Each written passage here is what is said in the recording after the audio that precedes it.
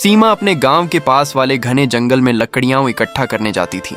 एक दिन जंगल के अंदर उसे एक पुराना बरगद का पेड़ दिखाई दिया, जिसके नीचे एक छोटा सा पत्थर का कुआं था। जैसे ही सीमा ने कुएं के अंदर झांका, अचानक पानी में चमक उठी और उसमें से एक सुनहरी मछली बाहर कूद पड़ी। मछली के शरीर से चमकदार मोती जमीन पर गिरने लगे। सीमा यह देखकर घबरा गई, लेकिन फिर हिम्मत करके उन चमकदार मोतियों को इकट्ठा करने लगी। वह सारे मोती लेकर शहर के एक बड़े व्यापारी के पास गई। व्यापारी ने इतने चमकदार और कीमती मोती पहले कभी नहीं देखे थे। उसने उन मोतियों की अच्छी कीमत देकर सीमा को पैसों से भरी एक थैली दे दी। सीमा खुशी खुशी अपने घर लौट रही थी। तभी रास्ते में उसे एक गरीब किसान मिला, जिसकी फसल तेज बारिश में पूरी तरह बर्बाद हो गई थी। उसके पास अपने परिवार को खिलाने तक के पैसे नहीं थे। सीमा का दिल पिघल गया। अपनी आधी कमाई उस किसान को दे दी।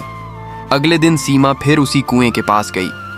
इस बार जैसे ही सुनहरी मछली पानी से बाहर आई, उसके शरीर से पहले से भी ज्यादा चमकदार मोती गिरने लगे और थोड़ी ही देर में एक पूरा थैला भर गया। सीमा समझ गई कि यह सब उसकी अच्छाई और मदद करने के कारण हो रहा है। धीरे धीरे सीमा ने उन मोतियों की मदद से अपने गांव में एक बड़ा स्कूल बनवाया, गरीबों के लिए मुफ्त दवा की व्यवस्था की और बच्चों के खेलने के लिए एक सुंदर बगीचा भी बनवाया। कुछ ही समय में गांव इतना खुशहाल हो गया कि लोग उसे मोतीपुर कहने लगे और दूर दूर से लोग उस गांव को देखने आने लगे। लेकिन एक दिन दो लालची व्यापारी उस जादुई मछली का राज जान लेते हैं और रात में कुएं के पास आकर सारे मोती चुराने की कोशिश करते हैं। तभी अचानक कुएं का पानी तेज चमकने लगता है और उसमें से जल देवी प्रकट होती हैं। उनकी तेज रोशनी देखकर दोनों लालची डर से कांपने लगते हैं। देवी उन्हें सजा देती हैं और सारे मोती वापस मछली के पास लौटा देती हैं। सीमा ने हाथ जोड़कर देवी को धन्यवाद कहा। देवी मुस्कुराकर उसे आशीर्वाद देती हैं और कहती हैं कि सच्ची दया हमेशा चमत्कार लाती है।